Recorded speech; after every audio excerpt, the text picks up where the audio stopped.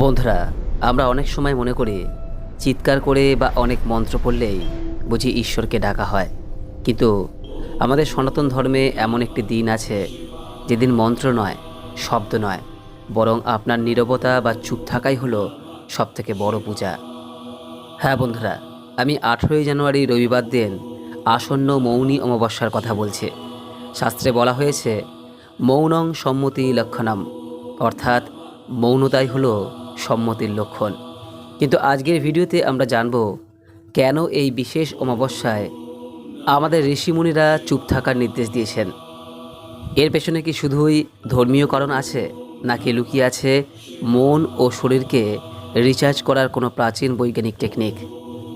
এবং সবচেয়ে বড় কথা হলো, আপনার জীবনের এমন কোনো ইচ্ছা যা কিছুতেই পূরণ হচ্ছে না, যা আপনার কাছে অসম্ভব বলে মনে হচ্ছে, শুধুমাত্র এই একটা দিন যদি চুপ থেকে আপনি কাটাতে পারেন, তাহলে সেই অসম্ভবকেও কিভাবে সম্ভব করা যায় এই ভিডিওতে আপনাদের সামনে বিস্তারিত আলোচনা করব।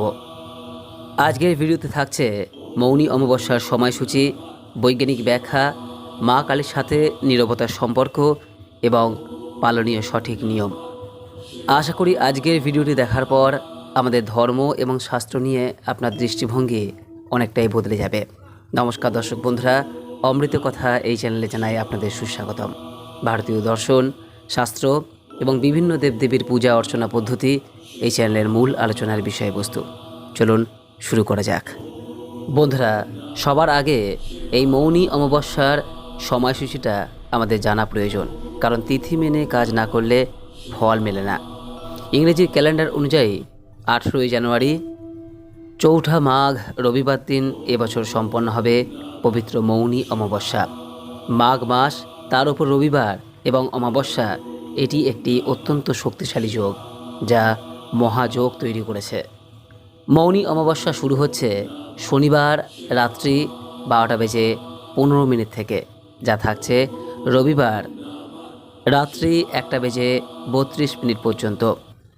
যেহেতু 18 তারিখ রবিবার দিন সূর্যোদয়ের সময় অমাবস্যা থাকছে, তাই উদয়া তিথি মেনে আমরা রবিবার দিন 18 জানুয়ারি এই ব্রত পালন করব। কিন্তু এখন প্রশ্ন হলো যে এই অমাবস্যার নাম কেন মৌনী অমাবস্যা? এর মধ্যেই লুকিয়ে রয়েছে এই অমাবস্যার মাহাত্ম্য। মৌনী শব্দটি এসেছে মুনি থেকে, আর মুনি শব্দের উৎপত্তি হয়েছে মনু থেকে। এমনটা বিশ্বাস করা হয় সৃষ্টির আদি পুরুষ মনু ঋষির জন্মদিন হলো এই তিথি।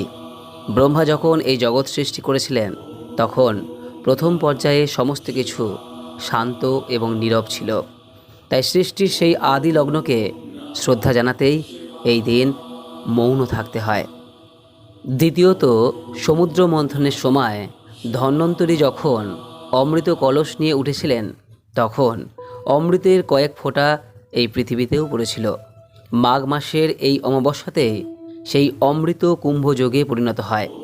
ঋষিরা বলেন এই বিশেষ দিনে মানুষের মনের চঞ্চলতা তুঙ্গে থাকে। চন্দ্র যেহেতু আমাদের মনের কারক গ্রহ, আর অমাবস্যায় চন্দ্র থাকে না, তাই মনকে নিয়ন্ত্রণে রাখার একমাত্র উপায় হলো এই মৌন ব্রত। বন্ধুরা, এই মৌনী অমাবস্যা তো বুঝলাম, কিন্তু অনেকেই হয়তো ভাবছেন তাহলে আমি থাম্বনেলে মা কালীর কেন ছবি দিয়েছি?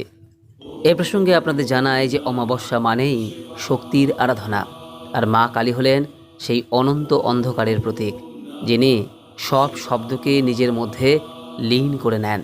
মা কালীর সামনে দাঁড়ালে ভক্তের ভাষা হারিয়ে যায়, শুধু চোখের জল কথা বলে। বন্ধুরা, অনেকেই হয়তো জানেন না এই মাঘ মাসের অমাবস্যা এবং তার আগের চতুর্দশী তিথিটি হলো তান্ত্রিকদের জন্য মহা সাধনার সময়। কারণ এই সময়ই পালিত হয় বাংলার সবচেয়ে প্রাচীন কালী পূজা, রটন্তী কালী পূজা। পুরাণ অনুসারে দক্ষ যজ্ঞের পর সতীর দেহত্যাগের খবর যখন মহাদেব পেয়েছিলেন, তখন শোকে ক্রোধে তিনি তাণ্ডব নৃত্য শুরু করেছিলেন। আর সেই সময় দেবতাদের রক্ষা করতে মহামায়া কালী রূপে আবির্ভূত হন।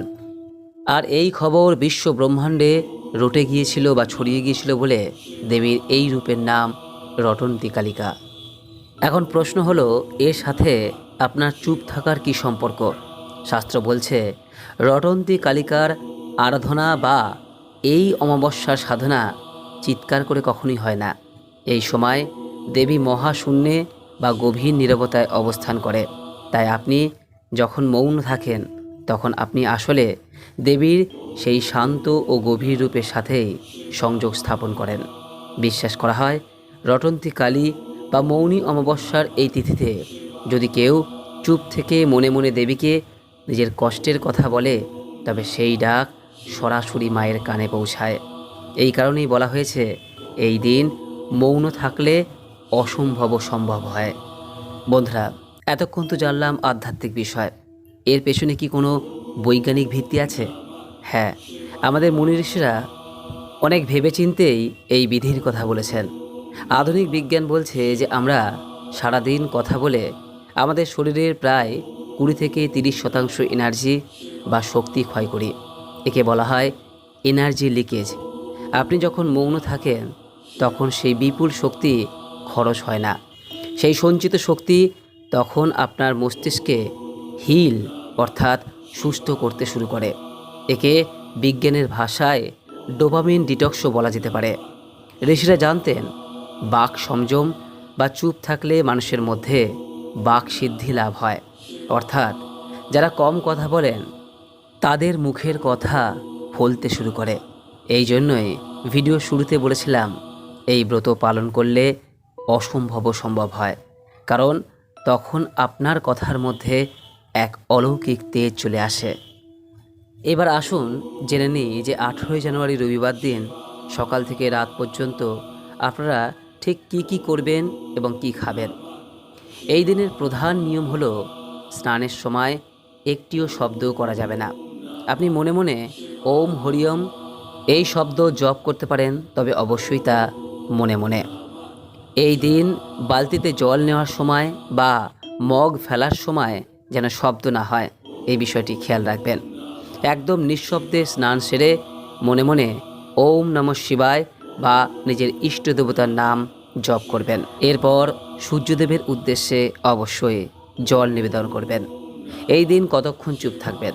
যারা সম্পূর্ণ দিন মৌন থাকতে পারবেন না, কারণ কারণ অনেকেই বিভিন্ন পেশার সঙ্গে যুক্ত রয়েছেন, অনেকে গৃহিণী, তারা অন্তত সকাল 6টা থেকে সকাল 10টা পর্যন্ত এই 4 ঘন্টা মৌন থাকার সংকল্প নেন। অথবা সূর্যাস্তের সময় মাত্র 1 ঘন্টা মৌন থাকুন। ব্যাস এতটুকুই, দেখবেন এতেও যথেষ্ট কাজ হবে। এই মৌনী অমাবস্যার দিন সম্পূর্ণ নিরামিষ আহার গ্রহণ করুন। পেঁয়াজ, রসুন, মসুর ডাল বর্জনীয়। সম্ভব হলে একবেলা অন্ন গ্রহণ করুন এবং রাতে অন্য কিছু খাবার খান। অমাবস্যায় শরীরের অ্যাসিডের প্রকোপ বাড়ে, তাই হালকা খাবারই সবথেকে উত্তম। বন্ধুরা, কিছু কাজ আছে যা এই দিন ভুলেও করবেন না। এই দিন সপ্তাহের রবিবার, ছুটির দিন। এই দিন কিন্তু সকাল 8টা থেকে 9টা পর্যন্ত ঘুমাবেন না। সূর্যোদয়ের আগে বা সূর্যোদয়ের সাথে সাথে ওঠার চেষ্টা করুন। অমাবস্যা তিথিতে এবং রবিবার দিন আপনারা নিশ্চয়ই জানেন যে এই দিন কিন্তু তুলসী গাছে হাত দেবেন না বা তুলসী পাতা ছিঁড়বেন না। এই দিন যেহেতু মৌন ব্রত, তাই ঝগড়া বা তর্কে জড়ানো মানেই কিন্তু ব্রতভঙ্গ। রাগ হলেও চুপ থাকুন। ভিডিও শেষে একটি মহা উপায় বলে দিচ্ছি, যা আপনারা প্রত্যেকেই করতে পারেন। স্নানের পর একটি মাটির প্রদীপে সর্ষের তেলের প্রদীপ জ্বালান, তাতে সামান্য কালো তিল দিয়ে দিন। এরপর সেই প্রদীপটি বাড়ির মূল দরজার ডান দিকে বা তুলসী মঞ্চে এই দিন সন্ধ্যার সময় রেখে দিন। তারপর মনে মনে আপনার সেই অসম্ভব ইচ্ছাটির কথা মা কালী বা স্বয়ং নারায়ণের কাছে ব্যক্ত করুন। বিশ্বাস রাখুন, আপনার নীরব প্রার্থনায় ঈশ্বরের কাছে সবচেয়ে জোরে পৌঁছাবে। আজকের এই ভিডিওটি আশা করি সমৃদ্ধ হয়েছেন।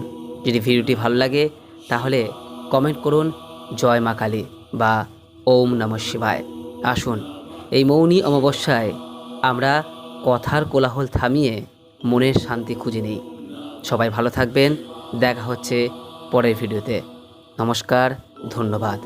ঈশ্বর আপনার মঙ্গল করুক।